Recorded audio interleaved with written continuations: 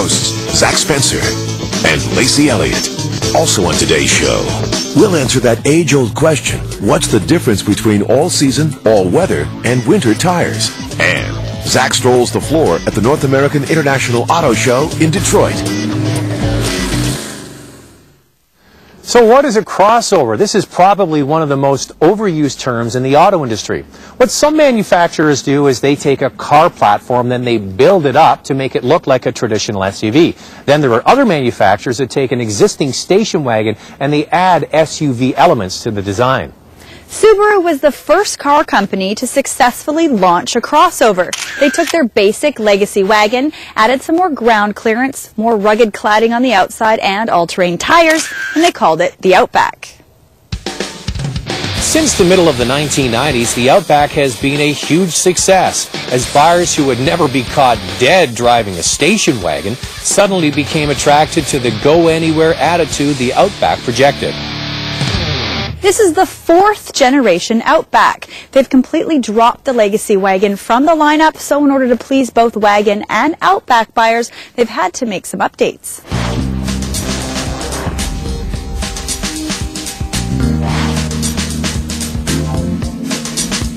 The Outback is based on the Subaru Legacy sedan, and for 2010, both have grown in size.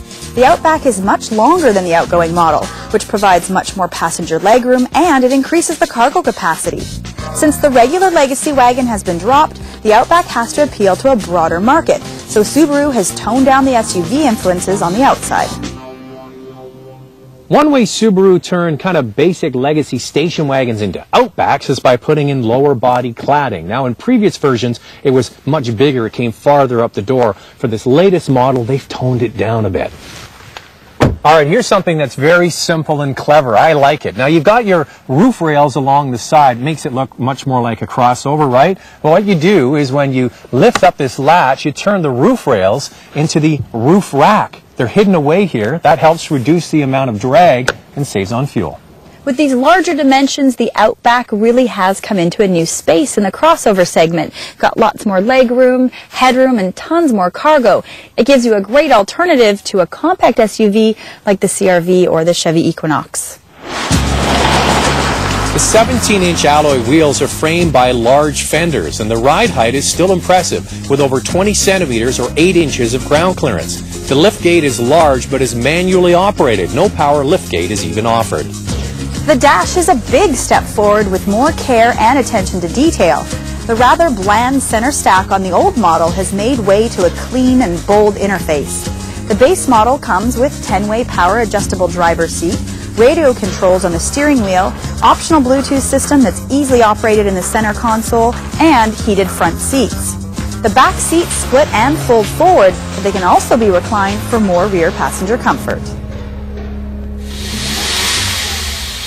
Subaru wasn't content to just upgrade the interior and the exterior. They also made some significant changes in the transmission and engine to really improve the fuel economy.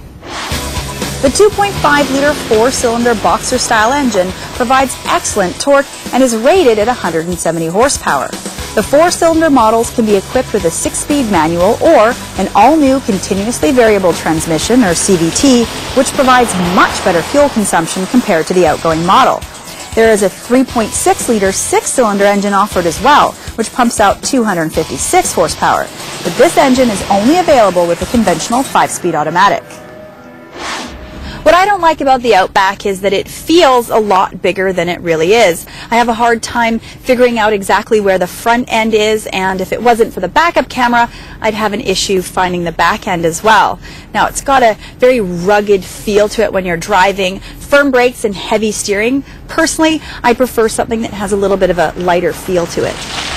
It really is a shame that this Outback isn't available with the 2.5-liter turbo four-cylinder found in the Legacy sedan. That car is a lot of fun to drive, and it comes with a manual transmission. Now, speaking of the CVT, Subaru has moved to this kind of transmission to improve fuel consumption. When equipped with the CVT, the Outback's fuel rating is just 9.5 liters per 100 kilometers in the city and only 6.9 on the highway. This is a similar transmission to the one that Audi uses, with a metal belt, which makes it more robust and offers quicker acceleration. The drawback to any CVT is that the engine kind of drones when passing on the highway. So Subaru has to basically appease two masters. They have traditional Outback owners that like this vehicle because it's a little more rugged, it's higher off the ground, it has good ground clearance, you can go to your cottage or cabin, go skiing, and it's going to be able to do all those things with ease. Now, they have to also appeal to the traditional legacy wagon buyer. They don't make that car anymore. So on-road, this car now has to feel refined and smooth and appeal to those buyers, and I think they've achieved that. You get it out on the open road, it's smooth, it's quiet. It does have a slightly heavy steering feel to it, but that makes the car feel solid. So I think they've been able to appease both masters. The Outback starts at just under $29,000 and it tops out at about $40,000. So Zach, I just want to know if you think that this iconic vehicle is going to be a better alternative to an SUV. Well, absolutely. One thing that Subaru did on price is they dropped the price of their cars and they've added more content, so there's more value here. Plus, you get a better handling car. You're lower down to the ground than a taller traditional crossover. Plus, with the design of the boxer engine, the horizontally opposed engine, it sits lower in the car, so it goes through the corners better. In addition to that, that boxer engine provides a lot of torque, so it helps you get up and away with ease. Now, another thing that Subaru's done is they've made this Outback bigger, which offers more interior space and it makes it more comfortable for everybody involved, and you get more cargo space. On the downside, on the sedan you can get the turbo 4-cylinder, but on this Outback it isn't offered, which is a shame because that's a lot of fun to drive. And the CVT, or the continuously variable transmission, is a compromise. You get better fuel consumption, but it doesn't have the same kind of driving dynamics that you get from a traditional automatic. It is available, a traditional automatic in the 6-cylinder, so if you like that, that might be the one to get. Lacey, what do you think? Well, Zach, I really like the improvements on the interior. The styling is definitely much better than the outgoing model. You also get standard all-wheel drive, which is a fantastic thing, especially for Canadian winters. I like the fact that you've got two engine options to choose from, and it does have great fuel economy. But again, I agree with Zach. On the downside, you have to have the CVT, which I really was not too impressed with on the Outback. And I mentioned it earlier, but it just drives a little bit too rugged for me. It's funny you should mention rugged because Subaru used the actor Paul Hogan for many years in their advertising. That rugged Australian guy? Yeah, good day and all that.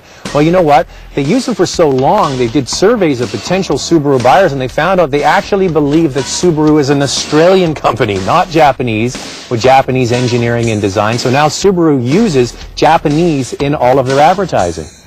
Fair dinkum. Who? Yeah, that's Aussie.